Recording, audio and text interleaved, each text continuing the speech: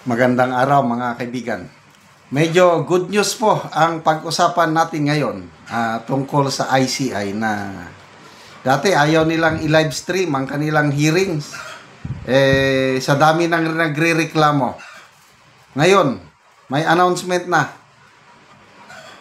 Pwede na nilang i-live stream next week. Ito, breaking news. GMA News sa ICI to live stream its proceedings starting next week, says ICI Chairman Justice Andres Reyes Jr. Nangyayon natin ito, may sana kami sa Bicol ay hindi binahan ng ganun kalala. Sana po ay ang mga teachers ay hindi nawalan ng mga bahay. Ito, sana po ay hearing hindi ito. sana namatayan at nagkaroon ng serious injury yung aming mga kapwa Bicolano. So this independent commission's People's Commission bill is to us an important cry for health and justice. It is one of the demands of more than 320 organizations and individuals, including Cardinal Ambo David and our bishops, calling for systemic reform after the flood control scandal.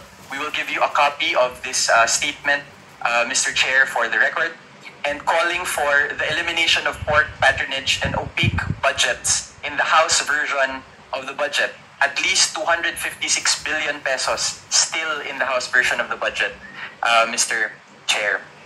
The people are angry, the people want justice, and one of the reasons why we're discussing the Independent People's Commission bill is because in our discussions, we lost trust in the previous ombudsman that was not able to file cases aggressively for those with highest crimes.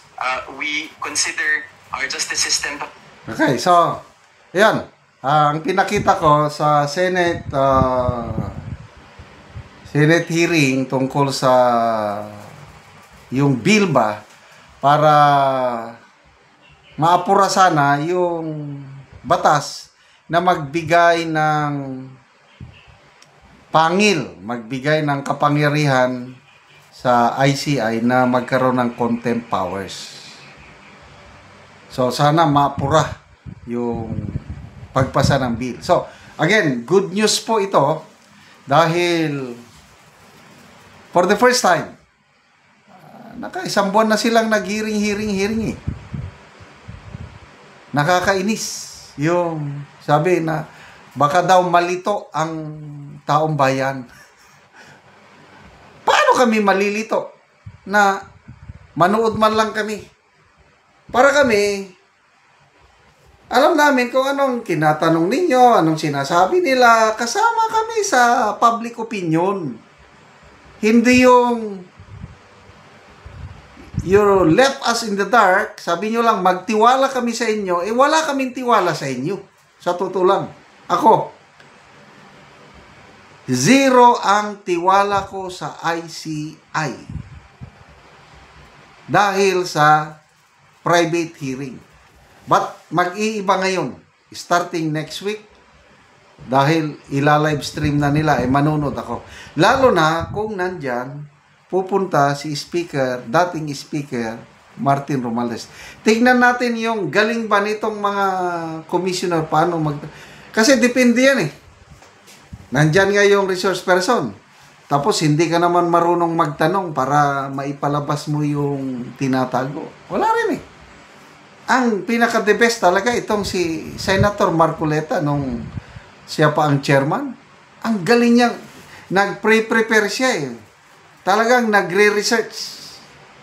Kasi kung investigador ka, ako, nasubukan ko kasi naging investigador sa mga kaso-kaso ng aming mga sundalo, reklamo ba. So, mag-research ako na. Alamin ko yung background ng sundalo, alamin ko yung nagreklamo, tignan ko yung kaso. Pag kumpleto yung knowledge ko sa nangyari, hindi ako malusutan ng sundalo kasi may mga sundalo na alibay, kung ano, wala. Pagdating sa aking discussion sa investigation report ko, isa po point out ko doon na itong sundalo na ito nagsisinungaling dahil ganito. Bigay ako ng recommendation, subject enlisted personnel be discharged from the service. Ayun, may mga napadischarge akong sundalo. Ganon po ang trabaho ng isang investigador. Kaya nakakatuwa po ito na announcement dahil masisilayan na natin kung paano nila ginagawa ang investigasyon. Bakit walang ano ito? Walang sandali ito, mga comments. Nelson Kawili, wala nang maniniwala sa inyo. Till now, wala pa rin napapanagot. Style nyo, bulok. Ako, I will give them the benefit of the doubt dahil i-live stream na nila. Kaya lang, wrong start. Sino bang ano ba ito? To me, at the start, yung credibility ng tatlong commissioner, okay naman. Bakit? Paano sila nakapag-decide na gawing private hearing? May nagdikta ba sa kanila? O sariling desisyon lang nila? O ngayon, bakit binawi? Nang dahil ba sa pressure ng taong bayan? So, dito natin makikita ang taong bayan talagang mas makapangyarihan. They were pressured. Maybe. Kaya i-live stream na lang. Zil Alexander Alan, prepared na ang mga script nila. Julian Gel, after Romualdez was being invited. Nos Jazz, and the script is now ready. Richie Simbolas, baka all is well planned na, kaya pwede na i-live stream. Ayan Bautista, okay na daw. Ang mga script, maayos na daw, maganda daw ang pagkakadirect at bihasa ng mga writer. Allah. Chiri, sabi niya, with directors, scriptwriters, and bad actors. Marie Vargas, all crooks, Mark safe na. Leonie de la Cruz, galing, ha ha ha, wala ko ibang masabi kundi ang galing, parang pelikula lang pinapanood natin. Wala pa yung ending, alam na mangyayari. Chami Galicia, natapos na siguro script after ni Romualdez, kaya pwede na. Babalik pa ba si Romualdez? I don't know. Kasi nag-undergo ng medical procedure. 22 ngayon 22 ba ngayon? Yeah. Ngayon sana ang hearing, babalik si Romualdez. Kaya lang na-postpone dahil medical procedure. Next week imbitan ulit si Romualdez para sabi na not yet ready, physically unfit to attend hearing. Di wala na. Anyway, bigyan ko sila ng pagkakataon, manood ako sa hearing nila. Tignan ko gaano kagaling itong mga nagtatanong sa kanila.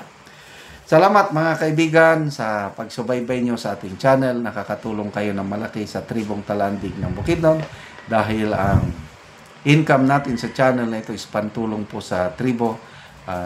Sa ngayon, namimigay tayo ng mga libreng yero at pako sa kanila para makapagpatayo ang tribo ng mas maayos na tirahan. Panoorin nyo ang video nito. Tango na gyud ni Kuya ang iyang atop nga trapal lang. Tagaan na siya og yero.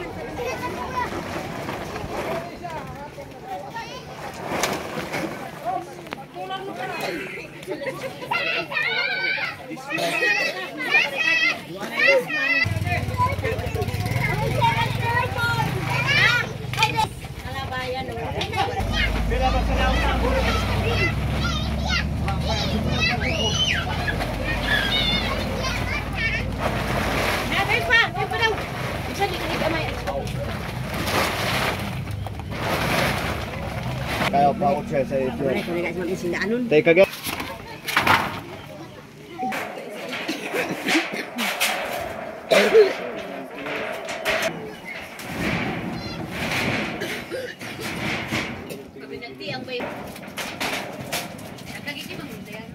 Sama na no. Ulali masabihin ko halin.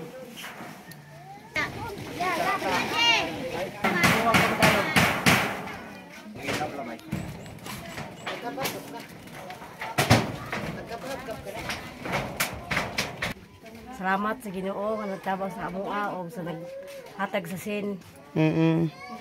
Kung para ang among atop, di kit siya magbugay. Dali naman siya madaot. Oo. Napila na dai kabulan ang inyong atop nga trapal lang. Bugay na. Mm. Bulan. Duha ka bulan lang. So karon nakaatop na mo bago. Oh, di kayo mong pasalamat nga nakatop namin yung kuan sin. Mm. So, salamat kayo. Salamat kaayo Oo. sa nagatag ani. Oo, thank you.